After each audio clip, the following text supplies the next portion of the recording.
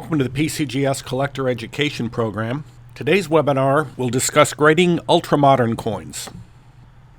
Grading ultramodern coins is a bit different than grading the more standard classic or vintage US coins, since we're really working in the rarefied atmosphere of MS 67, 68, 69, and 70, which you don't often see in the vintage and classic coins.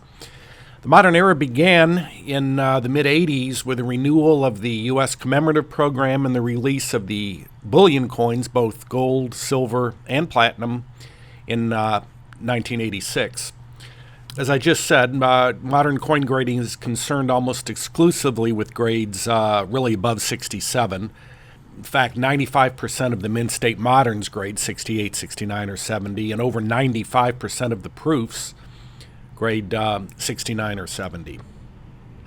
The differences between these grades are quite small, and you usually need some magnification to see them. And again, illustrating these differences photographically is tough, as you can't rotate the coin, and often the very tiny blemishes or marks that show up to differentiate these coins only show up at a certain angle. Nevertheless, we'll take a look at some of the ultra-high-grade moderns. And once again, keep in mind the differences may be tough to see. We will try to point them out to you. Mint State and Proof 70 is really basically a visually perfect coin up to about a 5-power glass, free of hairlines, lint marks, planchet flaws, spots, or stains.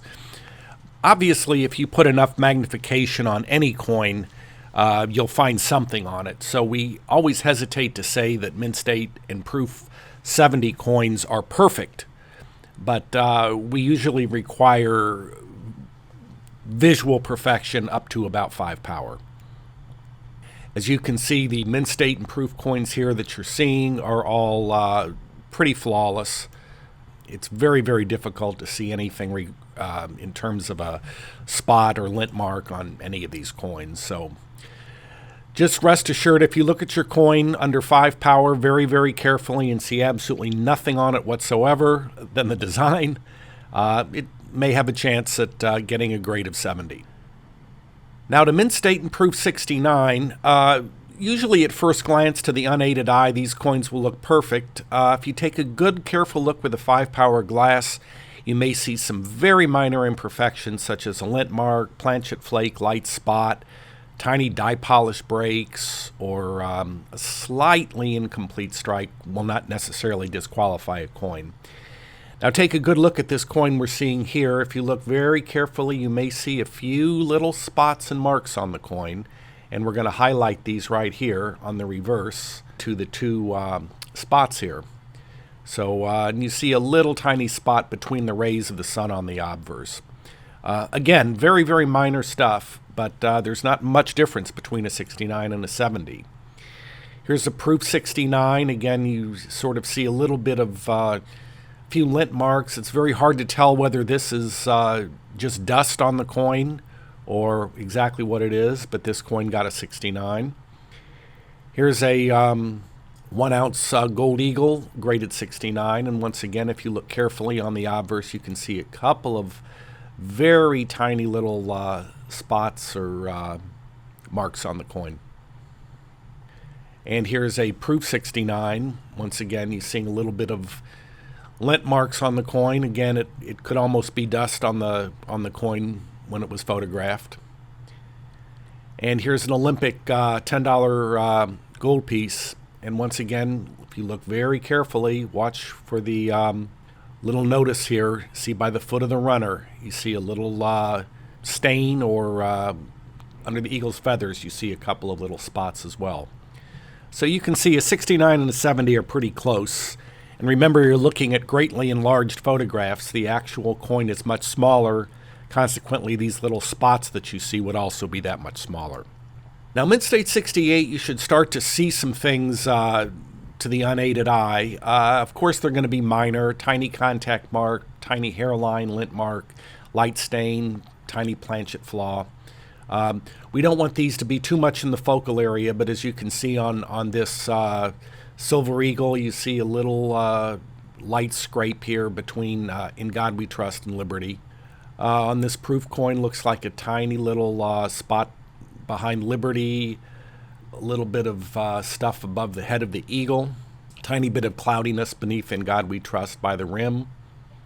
Here's a gold eagle. You see a spot in the rays here and a couple of heavier spots above the eagle's wing, the flying eagle's wing on the reverse. Here's a proof eagle that you're starting to see a little bit of discoloration along the lower part of the rim here. And that's obviously visually not real attractive, and that's pushing this coin's grade down. And finally, here's the Olympic dollar again, and if you can see, there's a little bit of smudging between the LI of Liberty and sort of behind the runner here between the rings, a little bit of few just assorted marks on the obverse, little something here to the left of the eagle. Once again, this stuff is minor, but this would be enough to push this coin down into the 68 range. And finally, we'll look at Mint State 67s, which you're used to thinking of as pretty nice coins, but in the field of ultramoderns, 67 is not a particularly high grade. You can see the marks here on Liberty's leg on the obverse that, are certainly visible with the naked eye. Here's a proof coin with a rather heavy spot right behind Liberty, beneath the gown that she's wearing here. A little bit of stuff along the left rim, a little more lint stuff to the left of the eagle. Here is a 1 ounce gold eagle. You can see there's a mark on, in fact, several marks on the body of Liberty here that are heavy enough to be seen with the naked eye. Here's a proof with a little bit of cloudiness and underneath the branch that she's carrying. And on the back, you can see what sort of was starting on the 68 has gotten considerably heavier.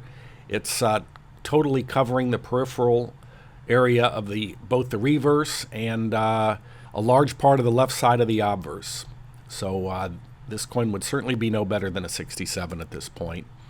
And finally, an Olympic dollar in 67, and you can see rather numerous and quite visible spotting all over the obverse of the coin here, in front of the runner, in front of the face of the male runner on the left.